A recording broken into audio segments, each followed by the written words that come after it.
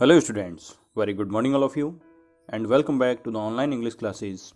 This is Ranveer Singh, the English teacher.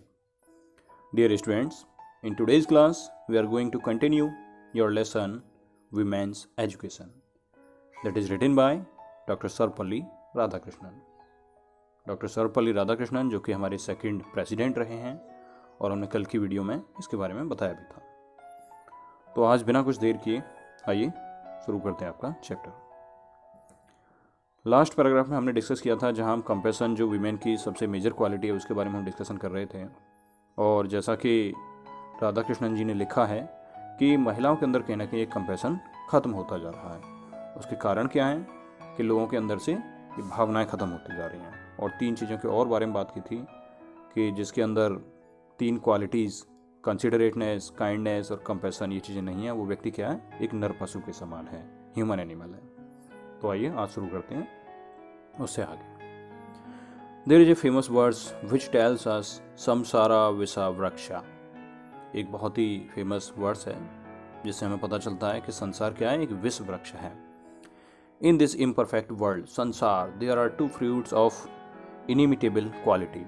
इस imperfect, perfect तो पूरी तरह पूर्ण हो गया, एक अपूर्ण संसार में दो इनिमिटेबल क्वालिटियाँ, अद्भुत अद्वितीय क्वालिटियाँ, वो क्या क्या हैं? They are the study of our great classics, हमारे ग्रेट क्लासिक्स की, साहित्य की स्टडी करना, and communion with great minds, और बहुत अच्छे श्रेष्ठ माइंड लोगों से संपर्क रहना, उनकी कंपनी ज्वाइन करना। तो ये कहते हैं कि ये दोनों चीज़ें एक व्यक्ति के लिए बहुत ज़्यादा ज़रूरी हैं। और कितना ज़रूरी हैं? These two are the things which mould men's minds and hearts. यही वो दो चीज़ें हैं जो व्यक्ति के दिल और दिमाग को परिवर्तित कर सकती हैं और करती हैं। I am anxious that our great classics should be studied. मैं बहुत एक्साइटेड हूँ इस बात को लेकर के कि हमारा जो महान साहित्य है, क्लासिक्स है, उसको पढ़ा जाना चाहिए। The classics of all countries of which we are the inheritors. जहाँ के भी हम रहने वाले हैं, जहाँ के भी वासिंदे हैं, जहाँ हम रहते हैं, तो उस देश का जो क्लासिक है हर व्यक्ति को पढ़ना चाहिए। इनहेरिटर्स मीन्स होता है एक उत्तराधिकारी होना, जिसके हम उत्तराधिकारी हैं उनको पढ़ना जरूर चाहिए। आगे देखते हैं। It is in a small dialogue in an Upanishad that a question is put. Upanishad में एक छोटा सा एक सवाल है, वो क्या आता है?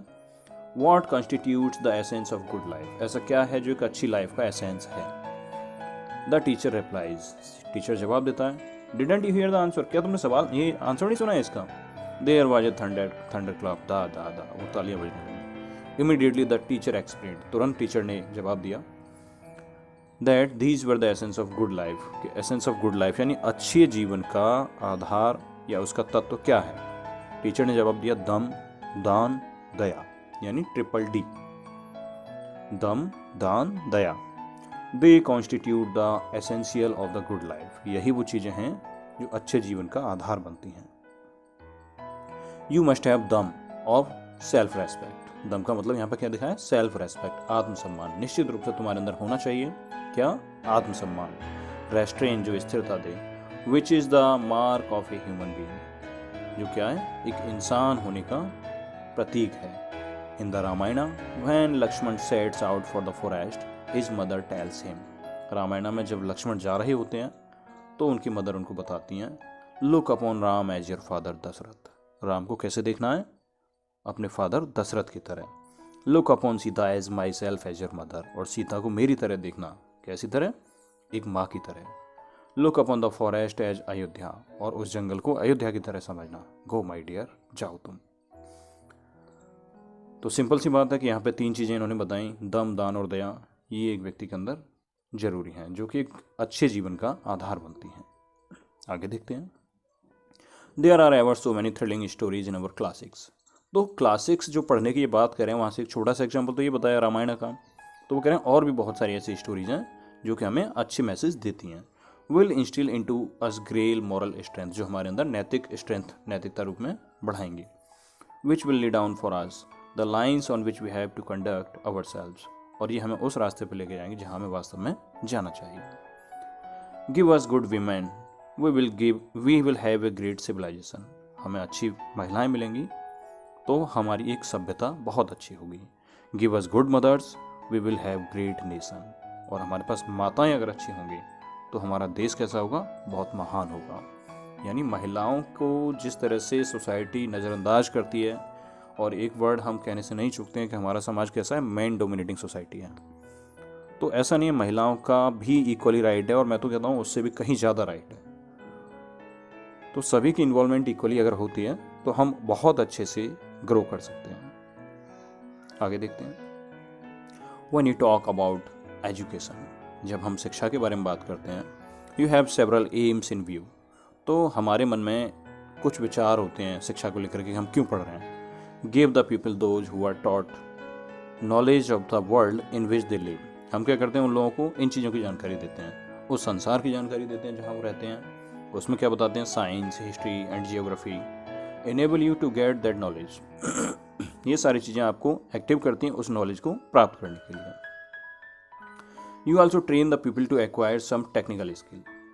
और हमारा जो सिस्टम है वो लोगों को एजुकेशन देता है, टेक्निकल एजुकेशन भी देता है, जिससे क्या होता है, which they can earn a livelihood, जिससे कि वो अपनी जीविका कमा सकते हैं। These are still accepted the world over as the objects of education. तो पूरी दुनिया में इन्हीं चीज़ों को एक शिक्षा के उद्देश्य के रूप में स्वीकारा जाता है। किन चीज़ों को, knowledge of the world in which you live and technical skill by which you can earn a livelihood. यानी जिस दुनिया में आप रह रहे हैं उसकी जानकारी करना, और अपने कमाने के लिए टेक्निकल स्किल्स को सीख लेना जिससे अपनी जीविका चला सकें। तो ये माना जाता है कि शिक्षा सिर्फ यही है, जबकि वास्तव में क्या है। But what is there specific about the kind of education imparted in the institutions of our country. कि हमारे देश में जो शिक्षा दी जा रही है, इंस्टीट्यूशंस में जो दी जा रही है, वास्तव में उसके बारे में क्या यही सब इनफ है? नहीं है।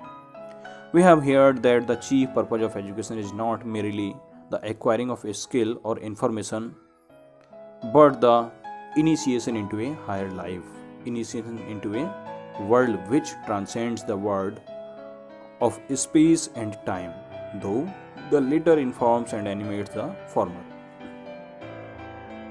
ये अपनी तरफ से बताते हैं कि हमने सुना है कि शिक्षा का जो मुख्य उद्देश्य है वो सिर्फ स्किल्ड हो जाना नहीं है, नॉलेज को गेन कर लेना नहीं है, लेकिन क्या है, एक अच्छे जीवन की शुरुआत करना, इनिशिएशन लेना।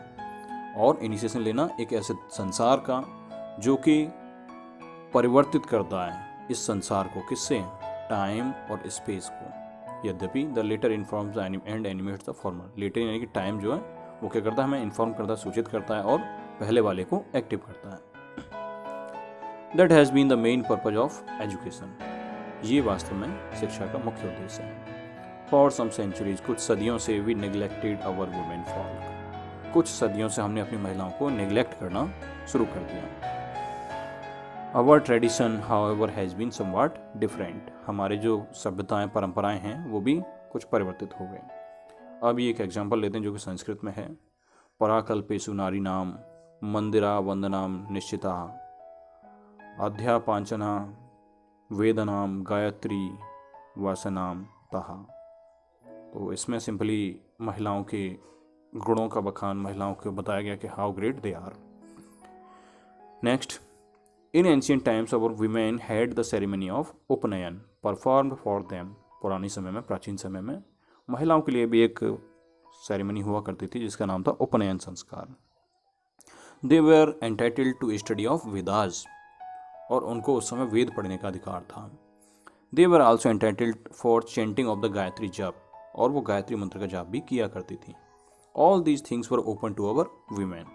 और ये सारी चीज़ें महिलाओं के लिए क्या थी, खुली हुई थी कि हाँ वो कर सकती हैं सब कुछ, यानी कि इतनी ज़्यादा ओपन थे वो सब कुछ। But our civilisation became our arrested. लेकिन क्या हुआ कि हमारी जो सभ्यता थी वो अरेस्ट हो गई। And one of the main signs of the decay of our civilisation is subjection of women. और हम कैसे महसूस करते हैं, उसका जो मुख्य प्रतीक है हमारे सामने सिविलाइजेशन का, गिरती हुई सिविलाइजेशन का, वो है सब्जेक्शन ऑफ वीमेन। महिलाओं पर एक अधिकार प्राप्त कर लेना, उनको एक बंदिश में डाल लेना। एक तो ये सारी चीज़ें क्या हैं कि हमारी सिविलाइजेशन का पतन हो रहा है। After independence, through the exertions of Mahatma Gandhi ji के प्रयासों से, a revolution has been affected in the country. देश में एक परिवर्तन शुरू हुआ, एक आंदोलन हुआ। And women are coming back to their own. और महिलाएं अपनी उसी स्थिति में पुनः वापस आने का प्रयास कर रही हैं। बिल्कुल सही बात है। महिलाओं का जो वास्तव में स्थान है, जब तक वो नहीं मिलेगा, हम अपने आप में एक सेटिस्फाइड भी नहीं फील करेंगे और ना ही हमारा जो कंट्री है वो अच्छे से ग्रो करेगा। ना महिलाओं के बिना ना तो हम एक परिवार की कल्पना कर सकते हैं, ना समाज की, ना ही देश की। तो इसलिए हमें खुद भी इस चीज़ पर एक्टिव रहना चाहिए कि हाँ, जिसका जो सम्मान है वो उसको मिले। अच्छा, अभी इन्होंने महात्मा गांधी जी की बात की, और भी बहुत सारे लोग हैं। राजा राम मोहन राय जिन्होंने सती प्रथा का विरोध किया, डॉक्टर बी.आर. अम्बेडकर जिन्होंने कॉन्स्टिट्यूशन में अधिकारों के लिए इतनी सारी बातें रखी, और भी हमारे जो भी राजनेता रहे, पुराने जो ग्रेट लीडर्स रहे, जिन्होंने महिलाओं के हकों अधिकारों की बात उठाई। उससे अगर हम पहले जाते हैं तो सबसे पहले शिक्षा की ज्योति ज्योतिबा फुले, सावित्रीबाई फुले, जो कि 18वीं सदी में ये सब उन्होंने क्रांति की शुरुआत की। तो बहुत सारे लोगों ने इस पर काम किया। तो बस हम सब लोगों को थोड़ा अवेयर होना है, हमें ये मान के चलना है कि women are not inferior to us, वो हमसे कम नहीं है बट इक्वल टू अस, हमारे बराबर हैं, और कहो तो कहीं ज़्यादा है। तो बस हमें इस मेंटेलिटी को ही आगे जनरेशन टू जनरेशन ट्रांसफ़र करना है और सम्मान करना है। सो आई थिंक आपको ये समझ में आ गया होगा। फिर भी कोई प्रॉब्लम होती है आपको तो मेरे साथ डिस्कस कर सकते हैं। Okay students, thank you so much, have a nice day.